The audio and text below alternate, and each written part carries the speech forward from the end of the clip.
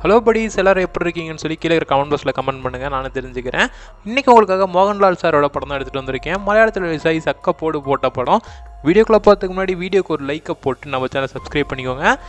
ஒரு கிராண்டான award function. அதில் ஃபஸ்ட்டு எடுத்தோடனே நம்ம ஹீரோவோட என்ட்ரி தான். ஹீரோவோட பேர் ஆதித்யா வருமா, எதுக்கான ஒரு விருந்து வாங்குறாருன்னா ஒரு சிறந்த பிஸ்னஸ்மேனுங்கிற மாதிரி இந்த மாதிரி ரொம்ப கிரவுண்ட் லெவலில் இருக்கிற வில்லேஜஸ்லாம் எடுத்து அதை டெவலப் பண்ணுறது தான் இவரோட வேலை. அதே மாதிரி இவரோட சொந்த ஊரில் கூட பார்த்திங்கன்னா டெவலப் பண்ணியிருக்காரு. அப்படி டெவலப் பண்ணாலே பார்த்திங்கன்னா நிறையா பிரச்சனைகள் வரும்ல, அந்த மாதிரிலாம் பிரச்சனை வர இவரோட சொந்த ஊருக்கே போக முடியாத ஒரு நிலைமைக்கு இருக்குது. நம்ம நண்பன் வந்து எந்த ஒரு பிரச்சனையுமே மாட்டிக்கக்கூடாது, அவனுக்கு உயிருக்கு ஆபத்து இருக்கிறதுனால நம்ம ஹீரோவோட ஃப்ரெண்டு பிரகாஷ் தான் இன்னமும் ஒரு ஊருக்குள்ளே வர முடியாமல் பார்த்துட்டு இருக்காரு. நம்ம ஹீரோவுக்கு ஒரே ஒரு பையன் பேர் தேஜா. அம்மா கிடையாது. இவன் பிறந்த பையன் அவனோட அம்மா இறந்துருப்பாங்க. அதுக்கப்புறம் நம்ம ஹீரோ அடுத்த கல்யாணம் கூட பண்ணிக்கல, அப்படியே நம்ம பையனுக்காகவே வாழ்ந்துட்டு இருக்காரு. இத்தனைக்கும் பையனுக்கு சமைச்சு போகிறதுலேருந்து எல்லாமே இவர் தான் பார்த்துட்டு இருக்காரு.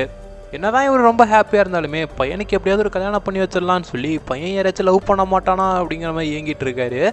ஏன்னா இவருக்கு ஒரு லவ் ஸ்டோரி இருக்குது, அதை நம்ம அப்புறமேட்டு பார்க்கலாம். நம்ம ஹீரோவுக்கு ஒரு சின்ன ப்ராப்ளம் இருக்குது. அதாவது இவரோட முன்ஜென்மங்கள்லாம் இவரோட கனவுல ஒரு அடிக்கடி அப்படிதான் ஒரு நாள் தூங்கிட்டு இருக்கும் போது நீ உன்னோட பையனை இழந்து தவிப்படாங்கிற ஒரு தாயோடைய குரல் கேட்க, இதனால் அப்பயே பயந்து இருந்துச்சு உட்கார. தேஜா தான் அதுக்கப்புறம் வந்து ஒன்றும் இல்லை கனவு தான்ப்பாங்கிற மாதிரி சொல்லிட்டு இருக்க, இப்படியே நடந்துட்டு இருந்தா இது சரி வராதுன்னு சொல்லி இவங்க அதுக்கப்புறம் ஃபேமிலி டாக்டரை கன்சல்ட் பண்ண யாமினிங்கிற ஒருத்தங்களை நம்ம ஹீரோவுக்கு இன்ட்ரடியூஸ் பண்ணி வைக்கிறாங்க. இவளை பார்த்தோன்னே இந்த பக்கம் தேஜாவுக்கு லவ் வந்துடுது. ஸோ பழகி ஒரு 3 நாள் தான் இருக்கும், அதுக்குள்ளே பார்த்தீங்கன்னா லவ் ஒன் சைடு தான் பார்த்தீங்கன்னா பண்ணிட்டு இருக்கான். அதுக்கப்புறம் நீங்கள் போய் அஜய்னு ஒரு டாக்டரை பாருங்கன்னு சொல்ல இவங்களும் கிளம்புறாங்க. கூட யாமினி வர 2 பேரும் போகிறோம், ஜாலியாக இருக்க போகுதுன்னு நினச்சிட்டு இருக்க. அதுக்குள்ளே இந்த பக்கம் நம்ம ஹீரோவும் கிளம்பி வராரு. உடனே தேஜா போய் ஹீரோ கிட்ட நானும் யாமினி லவ் பண்ணுறோம், இந்த ட்ரிப் நாங்கள் தனியாக போயிட்டு வரோன்னு சொல்ல, சரி பையனுக்கு குறுக்க வரக்கூடாது, என்ன இருந்தாலும் பையன் லவ் பண்ணுறான்னு சொன்னோன்னே நம்ம ஹீரோக்கு ரொம்ப சந்தோஷமாயிருது. ஆனால் இந்த பையன் உள்ள ஒன் சைடை தான் லவ் பண்ணியிருக்கோம்.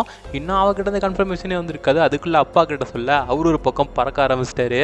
அஜய் கிட்ட போய் மெடிக்கல் ரிப்போர்ட்லாம் கொடுக்க ஓ சூப்பர் ஃபென்டாஸ்டிக்னு சொல்ல, இந்த பக்கம் தேஜாவும் எங்கள் அப்பாவுக்கு உடம்பு சரியில்லைன்னு சொல்கிறேன், என்ன சார் நீங்கள் இப்படி சொல்லிட்டு இருக்கேன்னு கேட்க, உங்கள் அப்பாவுக்கு எந்த ஒரு பிரச்சனையுமே இல்லை, எல்லாமே நார்மலாக தான் இருக்குது, இந்த மாதிரி விஷயங்கள்லாம் சயின்ஸுக்கு அப்பாற்பட்டது, இன்னும் நிறையா விஷயங்கள் இருக்குது, நீங்கள் போய் ஒரு பாபாவை பாருங்கன்னு சொல்ல. ஆனால் நம்ம தேஜாவுக்கு இது மேலே பெருசாக இன்ட்ரெஸ்ட் இல்லைனாலும் அப்பாவுக்காக போய் பார்க்குறாங்க யாமினியும் தேஜாவும். பாபா இவங்களை பார்த்தோன்னே இவங்க தேஜாவை பார்த்து நீ தான் பிரச்சனையேங்கிற சொல்லி ஒரு மறைமுகமாக ஏதோ சொல்கிறாரு. பட் ஆனால் அது தேஜாவுக்கு ஒன்றுமே புரியலை. சரி இதுக்கப்புறம் பிரகாஷ் அங்கிள் இருக்கார்ல, அதாவது பார்த்தீங்கன்னா இவங்களோட சொந்த ஊருக்கு போய் அங்கே செக் பண்ணி பார்க்கலாம், அங்கே போனால் அப்பாவுக்கு தெரிஞ்சவங்க யாராச்சும் இருந்தால் அவங்க மூலியமாக ஏதாவது கிடைக்குங்கிறனால அங்கே போகிறாங்க. போனவங்க ஸ்ட்ரெயிட்டாக கோயிலுக்கு போக அந்த வரைக்கும் நல்லா இருந்தவன் கோயிலுக்குள்ளே போனோடனே மயக்கம் போட்டு கீழே விழுந்துடுறான். இதை தெரிஞ்சுக்கிட்டு போய் ஹாஸ்பிட்டலில் சேர்த்து அங்கே பிரகாஷும் வந்துடுறாரு.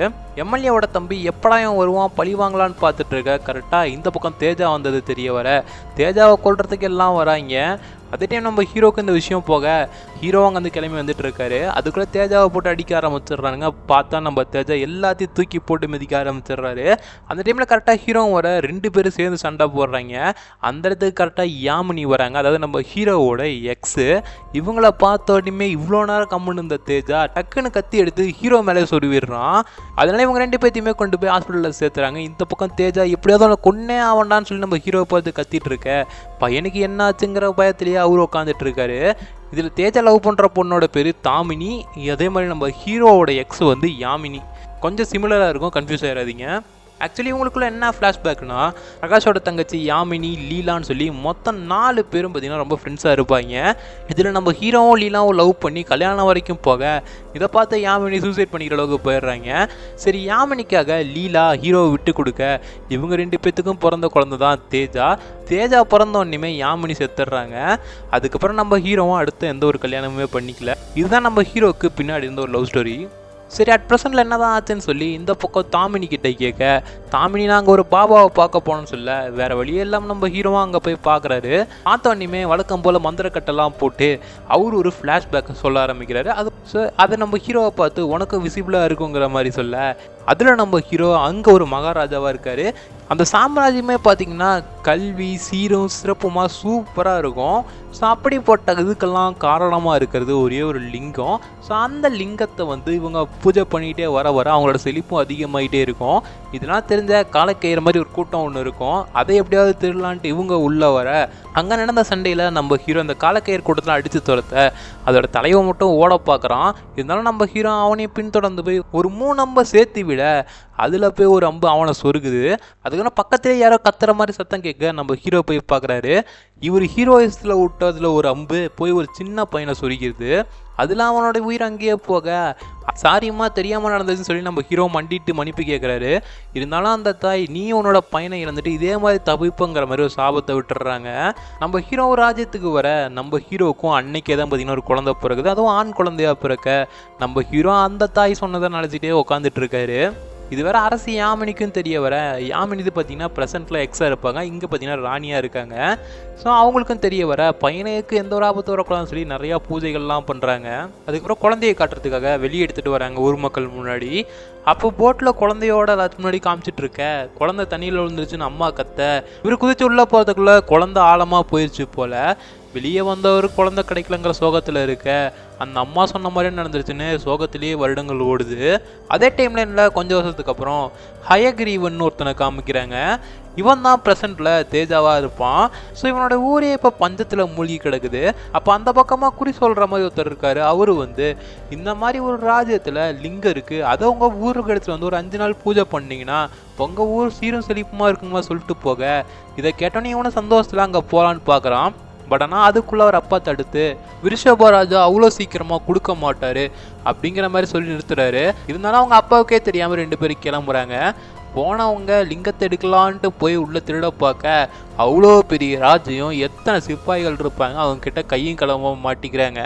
அதுக்கப்புறம் யாரா நீ எதுக்குடா இங்கே வந்துன்னு ராஜா கேட்க என்னோட ஊரே பஞ்சத்தில் இருக்குது, எங்களோட ஊரை காப்பாற்றுறதுக்கு லிங்கம் வேணும்னு சொல்லி கேட்க உன்னோட ஊருக்கு பஞ்சத்தில் இருக்குன்னு சொல்லிட்டுல நான் அதை பார்த்துக்கிறேன், லிங்கம்லாம் கொடுக்க முடியாது, உங்களோட ஊருக்கான தேவைகள் எல்லாமே செஞ்சு கொடுக்குறது என்னோட பொறுப்புங்கிற மாதிரி ராஜா சொல்ல. இருந்தாலும் அதெல்லாம் கேட்காம எனக்கு லிங்கம் வேணுங்கிற மாதிரி கேட்க ராஜா அது எங்களோட அடையாளம், அதை கொடுக்க முடியாதுங்கிறாரு. அதுக்கப்புறம் ராஜாவே சண்டைக்கு கூப்பிட ராஜாவும் ட்ரிகர் ஆகி உள்ளே வந்துடுறாரு.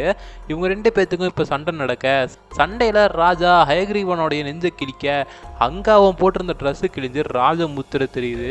ஆக்சுவலி ராஜா பரம்பரைக்கு மட்டும்தான் அந்த ஒரு முத்திரை குத்துவாங்களாம். இதை பார்த்து அதிர்ச்சியிலே இருக்க அதுக்குள்ளே ஹயக்ரீவன் ராஜாவோட கழுத்திலேயே கத்தியை வச்சு நான் தோக்கடிச்சிட்டேன், லிங்கத்தை எனக்கு கொடுங்கிற மாதிரி கேட்க ராஜாவும் ஒரு குழப்பத்தோடைய லிங்கம் முன்னாடி நின்று புலம்பிட்டு இருக்க. அதே டைம் சிங்கம் மாஸ்கை போட்டு உள்ள இருங்க திருப்பியும் ஹயக்ரீவனுக்கும் ராஜாவுக்கும் சண்டை நடக்கிற மாதிரி காமிக்கிறாங்க. ஸோ அந்த சண்டையில் ஒரு கட்டத்தில் ஹயக்ரீவன் ராஜாவோட கழுத்தையே வெட்டிடுறான். இது நடந்துட்டு இருக்க ஹயக்ரீவனோட அப்பாவுக்கு ராஜா கூட சண்டை போட்டுருக்கான்னு தெரியும். அவன் ஓடி வரான். அப்பா ஓடி வந்து பார்க்க அதுக்குள்ளே ஹயக்ரீவன் ராஜாவை கொன்னுடுறான். ஸோ இந்த அதிர்ச்சியிலே எல்லாருமே இருக்கேன். அதுக்கப்புறம் அதே டைம் ராஜாவும் வெளியே வராரு. என்னடா ராஜா எங்கே வராருன்னு எல்லாம் பார்த்துட்டு இருக்காங்க. பார்த்தா ஹயக்ரீவன் கொன்னது அவனுடைய அம்மாவை தான், அதாவது யாமினி. என்ன நடந்திருக்குன்னா யாமினிக்கு இந்த விஷயம் தெரிய பையனை எப்படியாவது காப்பாற்றணும் அப்படிங்கிறதுனால அவங்க ராஜ்யத்திலே இருக்கிற ஒரு தம்பதிகிட்ட கொடுத்து ராஜாவோட கண்ணில் படாத மாதிரி பையனை வளங்க, இதுதான் அவனுக்கும் நல்லதா அப்படிங்கிற மாதிரி சொல்லி வளர்த்துருப்பாங்க. இந்த விஷயம்லாம் இப்போ தான் தெரிய வர ராஜாவுக்கும் என் கையாலேயே என்னோட அம்மாவை கொல்ல வச்சிட்டேன்னு சொல்லி ராஜாவை கொல்லாமல் விட மாட்டான்னு சொல்லிட்டு அவன் அங்கேயே ஹயக்ரீவனும் செத்து போயிடுறான். ஆக முதல்ல அந்த தாய் சாப விட்ட மாதிரியே நடக்க இதெல்லாம் இப்போ ப்ரெசென்ட்டில் தெரிய வர அதுக்கப்புறம் என்ன வழக்கம் போல் சுந்தர் சி படத்திலலாம் காமிப்பாங்களே அதே மாதிரி ஒரு கோலத்தெல்லாம் போட்டு இப்போ அந்த இடத்துக்கு தேஜாவை கூட்டிகிட்டு வராங்க.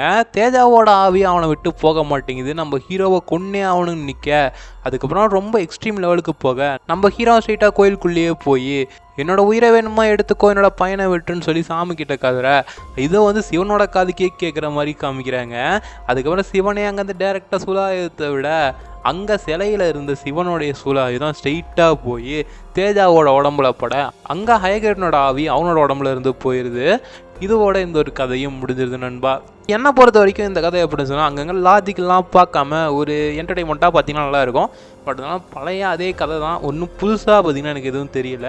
வழக்கம் போல் ஒரு தாய் சாபம் ஓடுது, அது மருதன்மத்துலேயும் பார்த்தீங்கன்னா பழிக்குதுங்கிற மாதிரி வச்சுருக்காங்க.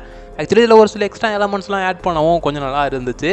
கொஞ்சம் எங்கேஜிங்கான படம் தான், ஒன்ஸ் இல்லைனா ட்வைஸ் பார்க்கலாம். ஸோ உங்களுக்கு இந்த படம் பிடிச்சிருக்கா இல்லையா அப்படிங்கிறத கீழே இருக்கிற கருத்து பெட்டியில் போடுங்க. அப்படியே நீங்கள் நம்ம சேனலுக்கு புதுசாக இருந்தால் மறக்காமல் சப்ஸ்கிரைப் பண்ணிக்கோங்க.